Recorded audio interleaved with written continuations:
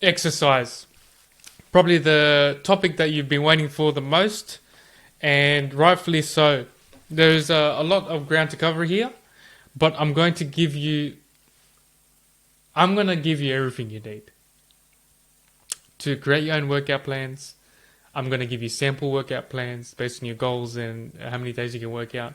I am going to, this module, I'm going to give a lot of supplementary material in terms of Excel templates, PDFs, and really make it easy for you guys. So that's my focus for this module. I'm going to give you all the good stuff, really set yourself up and make it easy for you. So without further ado, let's get into it. You got different types of exercise. Cardio, straight away I think about training my heart, metabolism. You got different types of cardio, but essentially cardio, the way I think about it, you're training your heart. You want to take care of your heart. Very important. Strength. Now, you got different types of strength. Depending on your goals, let's say you want to build muscle. Now, powerlifters, for example, they do like Olympic lifting and you do like 1 rep or 2 reps or 3 reps. Now, this doesn't really translate into hypertrophy, which is where you grow your muscle, that type of training. And however, strength overall is a form of progressive overload. And progressive overload is simply a concept that means that you're progressing each week, or you're progressing in some sort of manner. So you're stressing your muscle, you're stressing your body more each week. So progressive overload can take many forms, and this is measure your progress. This is progress over perfection, like I mentioned before. Okay, so each week you only want to compare yourself to who you were last week. And the way you go about this is you can either increase your reps that you do for certain exercises at home or in the gym. You can so that's one form of progressive overload. You can do increased weight, so that's another form of progressive overload.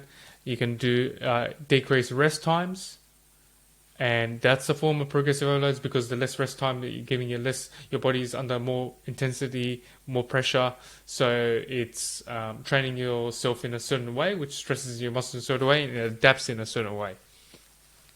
And then lastly, you got tempo. So if you slow down the tempo, doing bench press, and you're slowing down the tempo, that's going to really make your muscles work a lot harder than if you're doing quick reps. So that's another form of progressive overload and technique. So you got strength training, you got cardio, you got functional training as well. Now, functional can take many forms. Functional for me could mean something different than for you. So if you do, let's say you work in a warehouse, for example, and you're doing a lot of lifting, doing certain exercises in the gym can help you lift functionally better at work. Now, for me, if I do something else, and I do an exercise that mimics a certain movement that I do in my daily life, that's functional for me. So this is functional training as well. Flexibility and mobility is two very important things. One thing I really want to hone on in this particular lesson is, it reminds me of a conversation I had with a woman at the library a couple of weeks ago, and she was in her 60s, I believe. I hope don't offend her by saying that, but I think she was in her 60s, and lovely lady, by the way. We were just talking, and we were talking for quite a long time, because I got experience in this field, and I could relate to her to a few things and understand where she's come from, and we got talking. And I said to her, like, because she actually had a fall a couple of weeks prior. She lost her balance during a walk, and I told her about the story I heard. Like, if you fall and you like hurt your hip or you lose your balance, it's really bad, and it can really speed things up in the wrong direction for you. So one of the biggest things I feel that people should focus on, which they don't, is balance.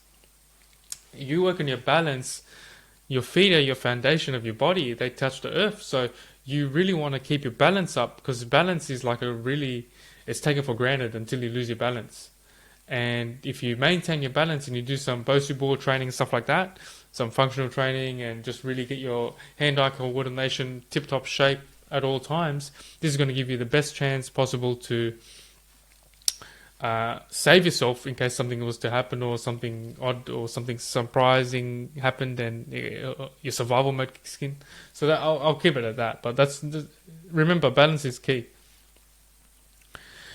And in the next lesson, I'm going to talk about variety and diverse workouts, and how variety and I'll mention in the next lesson. I'll leave it at that for this one. Time to work out.